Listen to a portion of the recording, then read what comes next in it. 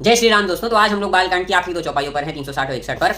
यहाँ पर अयोध्या में शुभ दिन वैसे ही बीत रहे थे और शुभ मुहूर्त देख करके सबके कंकन खोले गए, जो एक रस्म होती है। और उस समय भी लोगों का आनंद और विनोद, उसके क्या बखान किया जा सकता है। देवता भी जब ऊपर से इस सबको देख रहे थे तो ब्रह्मा जी से रिक्वेस्ट करते हैं कि प्रभु हमारे को भी तो अयोध्या जी में जन्म दीजिए, हम भी तो प्रभु के दर्शन करें, उनकी लीलाओं का आनंद लें, उनके बीच में रहें। विश्वामित्र जी जो इतने समय से वहां रुके हुए थे, हर बार वो जाने की आज्ञा मांगने को होते, पर श्री रामचंद्र जी का स्नेह, दशरथ जी की बार बार भाव विभोर होकर के उन्हें रिक्वेस्ट करना उनको रोक लेता था। इस बार वो आए और उन्होंने फिर बोला कि अब मैं जाना चाहता हूँ, मेरा जाना सही होगा। और दशरथ जी वो बिल्कुल फिर से भाव विभोर हो गए, उनके शब्द नहीं निकल रहे थे। श्री रामचंद्र जी को सबको बुला करके उनसे कहते हैं कि हे प्रभु, ये तो सारी संपदा आपकी है, आपके आशीर्वाद से ही तो हम सब आपके सेवक ही हैं। मैं अपने स्त्रियों के, पुत्रों के, सबके साथ आपका सेवक ही हूँ, हमें अपना ही जानिएगा और बार बार दर्शन देते रहिएगा। अब जाते वक्त फिर वशिष्ठ जी ने विश्वामित्र जी के गुणों का बखान किया, जो सुन करके राजा दशरथ मन ही मन प्राउड महसूस कर रहे हैं और उन्हीं कहानियों का, उन्हीं गुणों का बखान कर रहे हैं, अपने आप को बता रहे हैं कि वो कितने भाग्यशाली हैं जो प्रभु विश्वामित्र जी की संगति प्राप्त हुई। वशिष्ठ जी और सब लोग प्रभु विश्वामित्र जी को विदा करके सब अपने अपने घर लौट जाते हैं और वहाँ के